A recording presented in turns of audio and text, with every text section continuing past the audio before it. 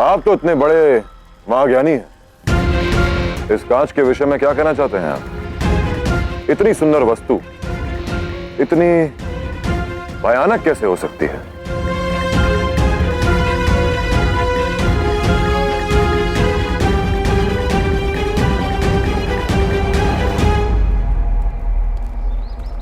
महाराज, जो जितना विनाशकारी होता है वो उतना ही सुंदर होता है।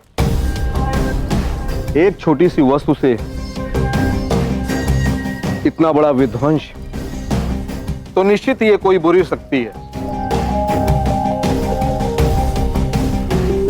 सूर्य देवता के द्वारा दिया गया ये एक संकेत है। सूर्य देवता ये बताना चाह रहे हैं कि यह व्यापार अशुभ है।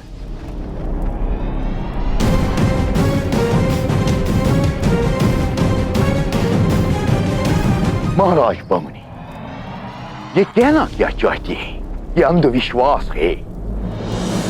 शाहडरायस, ये हमारे संस्कार है। हम भारतीय सदैव अपने देवताओं द्वारा दिए गए संकेतों का अनुसरण करते हैं। ये आपके किसी देवता का हुक्म नहीं है महाराज बमनी, कांच की तासीर है।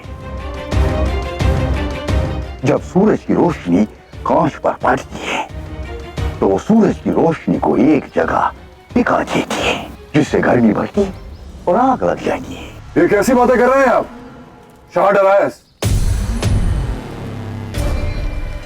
भगवान से डरिए शाहडरायस, क्योंकि विज्ञान से बड़ा भगवान होता है। और यदि उनकी इच्छा ना होती तो वो इस कांच के आर पार नहीं जाते। वो इस कांच से गुजरे तो वो कोई ना कोई संदेश तो हमें अवश्य देना चाहते हैं। अरे ये किसी तुम्हारे भगवान का किया धरा नहीं है। सीधी सी बात है, कांच ने रोशनी इकट्ठी की जिससे आग लग गई। तो सत्य सबके सामने आ ही गया। मैं निर्दोष हूं महाराज। इस अग्निकांड के पीछे मेरा कोई हाथ नहीं है ना शाहडरायस?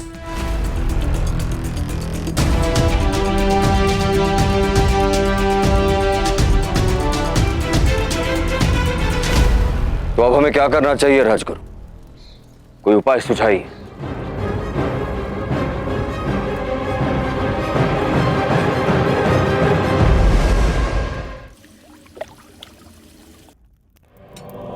एक यही है जो मुकाबले में आखिरी तक टिका रहा। बाकी लोगों ने या तो हथियार डाल दिए या मारे गए।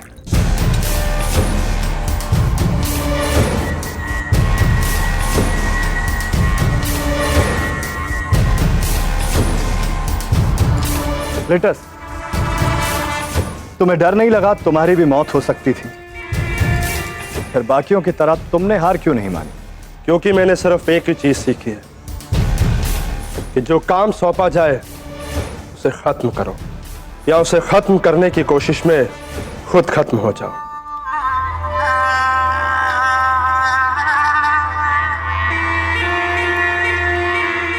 और एक बात जानी भी है कि आपसे बेहतर लड़ाका कोई नहीं।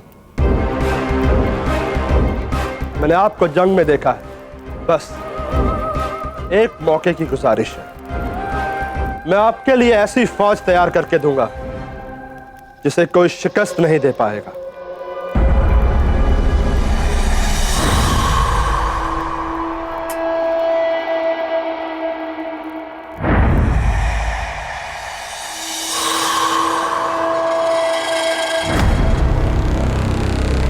मौका दिया,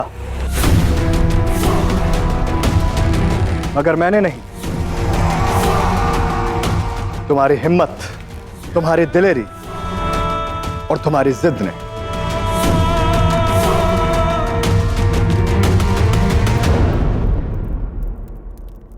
आज से मेरी फौज के तुम सिपह सलार हुए क्लेटस।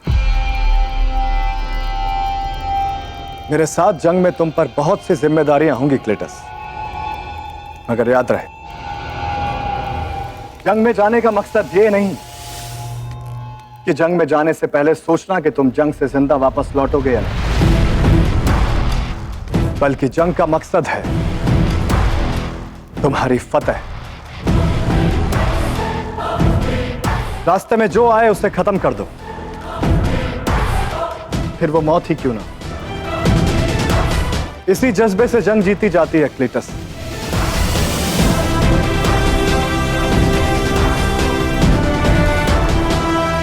और अब तुम मेरे रास्ते में आने वाले सबसे पहले पत्थर को हटाने में मेरी मदद करोगे।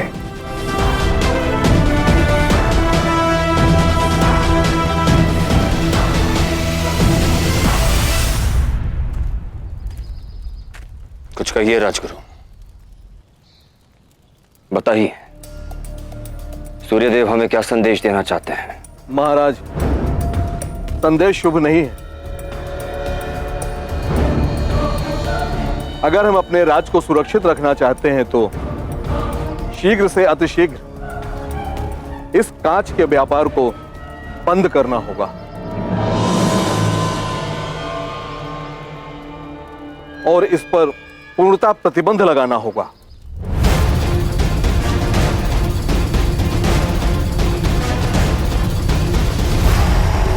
और सूर्यदेव को प्रसन्न करने के लिए यज्ञ करना होगा।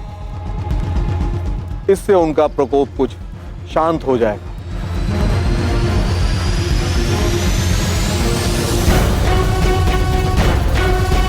मैं आपका फैसला जानना चाहता हूं महाराज पामरी।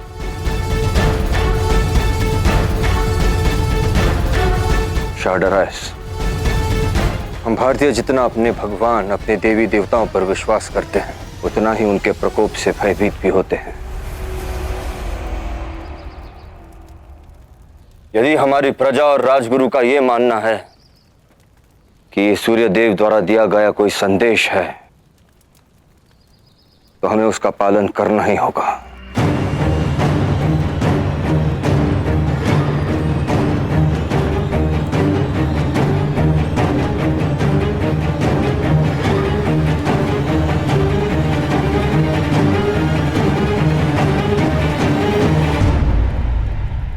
देखिए हमारी प्रजा की ओर, इनके मुख का ये भय स्पष्ट कर रहा है कि अब से ये आपके कारखानों में कार्य नहीं करेंगे। कार्य तो दूर की बात है, अब शगुन के भय से ये कांच को स्पर्श भी नहीं करेंगे। इसका मतलब? इसका एक ही अर्थ है,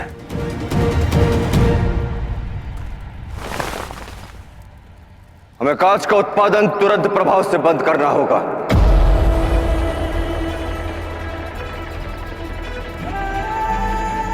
पौरव राष्ट्र में जितनी भी कांच की वस्तुएं उपस्थित है, उन्हें फारस भेजना होगा।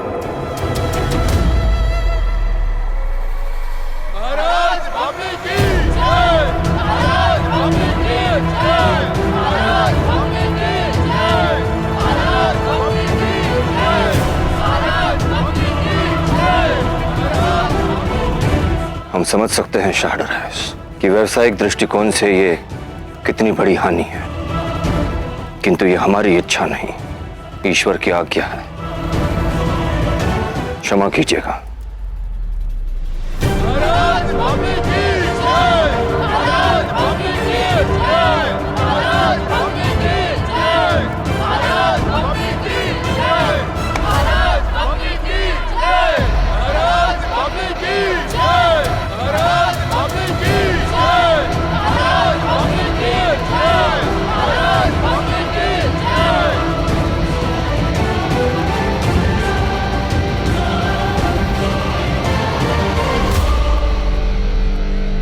बुरा मानने की बात नहीं, आपने ही तो कहा था कि व्यापार में लाभ हानि आदान प्रदान चलता है। 21 साल पहले आप जिस कांच को अपने देश में लाए थे, उसे मैंने कुछ ही क्षणों में वापस फारस भेज दिया। और ये अंत नहीं, प्रारंभ है शार्डराइस। अभी तो बहुत कुछ भारत से वापस फारस जाएगा।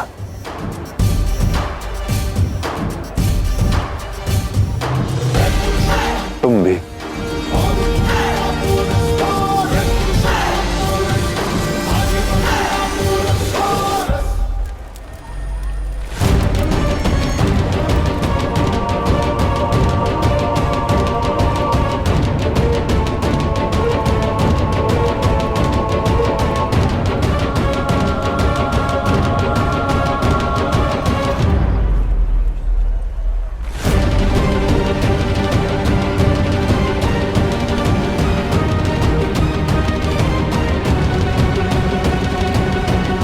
देखो इस पुरु को, हमारा संसार भस्म करके स्वयं राजाओं के संसार में आ गया है।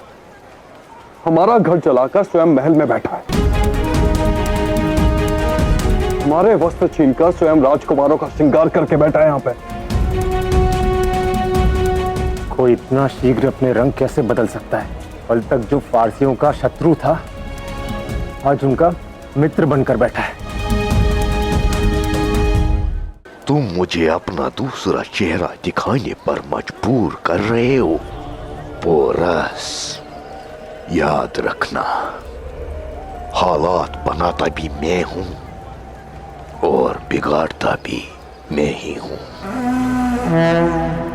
और हालात बहुत ज्यादा बिगड़ सकते हैं। तुम्हारा हर चेहरा मैं समझता हूं शाहडरायस। खैर, मैं तुम्हें एक और अवसर देता हूं मुझे हराने का। याद है कल रात को मैंने तुम्हें एक परिंदे का पर थमाया था? चुनौती अब भी वही है। साहस है तो उस परिंदे के पर को वापस ले जाने का प्रयास करो। और जब तक पुरु यहाँ है, मेरे देश पर राज करने का ये तुम्हारा स्वप्न एक स्वप्न ही रह जाएगा। और पुरु अपनी हर चुनौती पूरी करता है।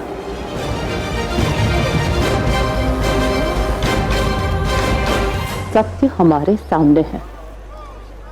अब हमें जल्द ही किसी सुरक्षित स्थान पर पहुंचना होगा।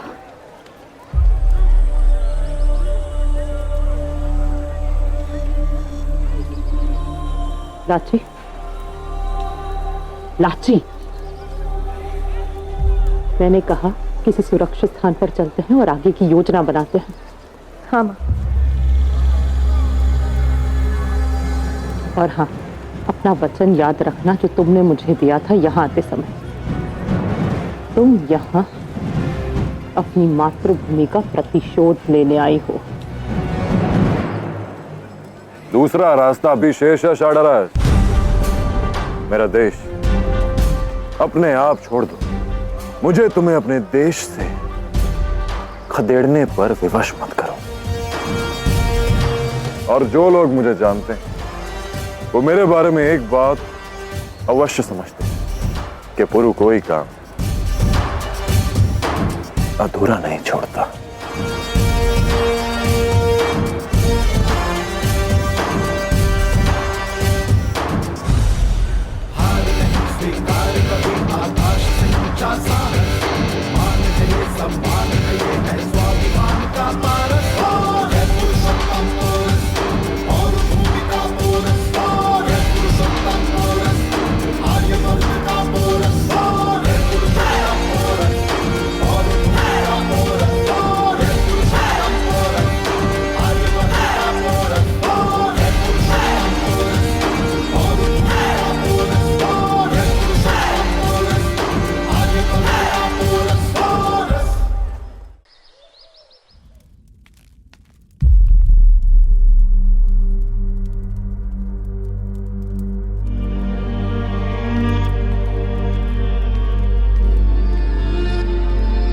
क्या हुआ मां? आपकी आंखों में ये आंसू?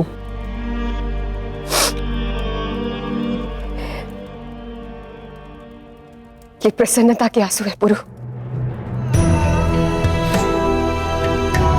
पुरु, संसार में सभी संबंध किसी न किसी स्वार्थ से जुड़े होते हैं।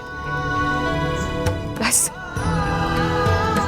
माँ और संतान का संबंध ऐसा होता है जहां माँ सदैव अपनी संतान को स्वयं से आगे देखना चाहती है।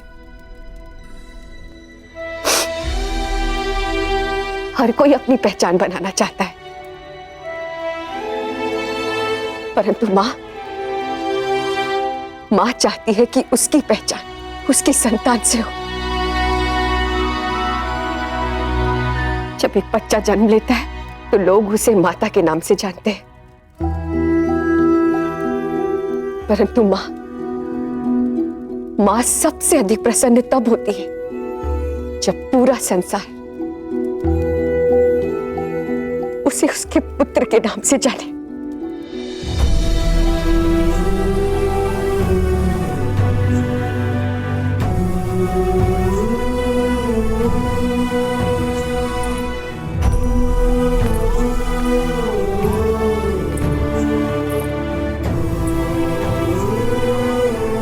जब मां अपना अस्तित्व खोकर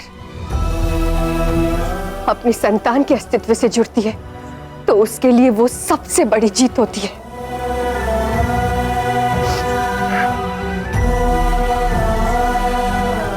मैंने अपना अस्तित्व नहीं खोया, फिर से पा लिया है। अब जब भी मैं इस नगर की गलियों से गुजरूंगी तो लोग कहेंगे, वो देखो पुरुषोत्तम की मां।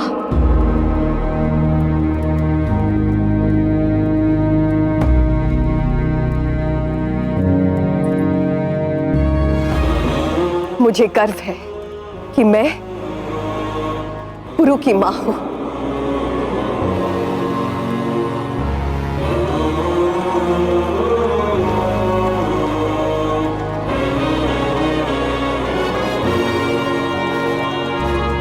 नहीं मां,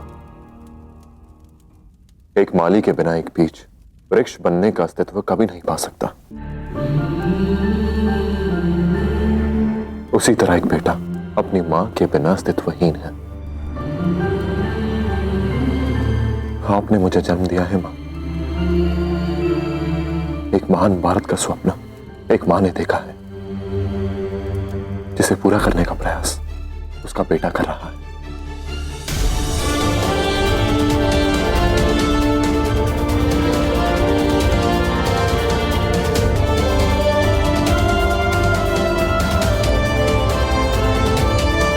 पहला पड़ाव मैं पार कर चुका हूं। अब जल्द ही दूसरा चरण भी पूरा हो जाएगा। मुझे शाह डराइस की दुर्बलता का पता चल चुका है। अब मैं उसे ऐसी जगह चोट पहुंचाऊंगा जहां उसे सबसे अधिक पीड़ा होगी। उसकी चीख का स्वर हमारी जीत का नाद बनेगा।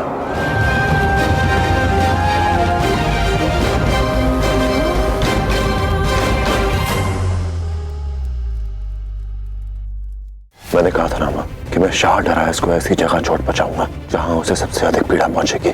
समय आ चुका है मां कि मैं उसे उसकी सारी संपत्ति, सारी धन दौलत, सारा कारोबार, सब कुछ उससे छीन लूं।